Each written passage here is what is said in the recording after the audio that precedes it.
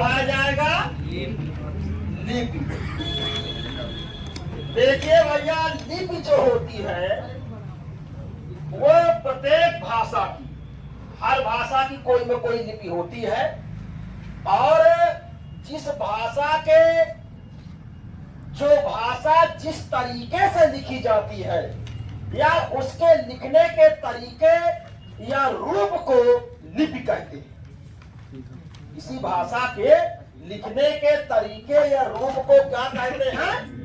लिपि कहते हैं। देखिए, हमारे भारत में जो सबसे पहले लिपि आई थी वो हड़प्पा सभ्यता थी।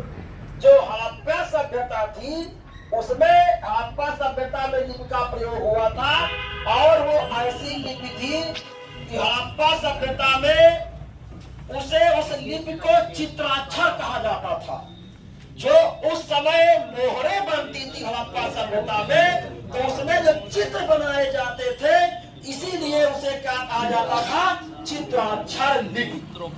और चित्राक्षर के बाद उसी हड़प्पा सभ्यता के लिपि को गोमूत्रिका भी कहा जाता था, अर्थात गाय जैसे क्या है, पेशाब करते हुए टेढ़ा मेढ़ा चलती थी ना, इसी तरीके वो लिपि थी, इसीलिए उसे क्या गोमूत्रिका भी कहा जाता था और कीलाक्षर भी कहा जाता था।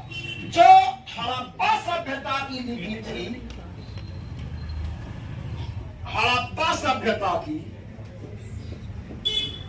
ये हड़प्पा सभ्यता की जो लिपि थी, ये दाएं से बाएं, ये आप लोग ध्यान रखिएगा, दाएं से बाएं की ओर लिखी जाती थी, फिर बाएं से दाएं की ओर लिखी जाती थी।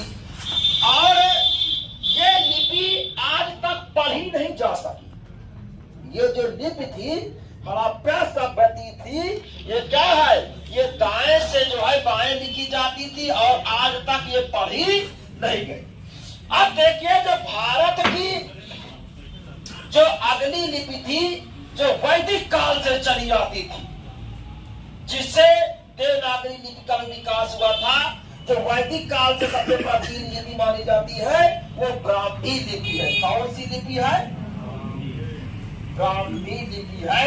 ये आप लोग ध्यान रखिएगा, ये ब्राह्मी लिपि है। ब्राह्मी लिपि क्या है? ये बाएं से दाएं लिखी जाती है। ये जो है क्या है? ये बाएं से दाएं लिखी जाती थी।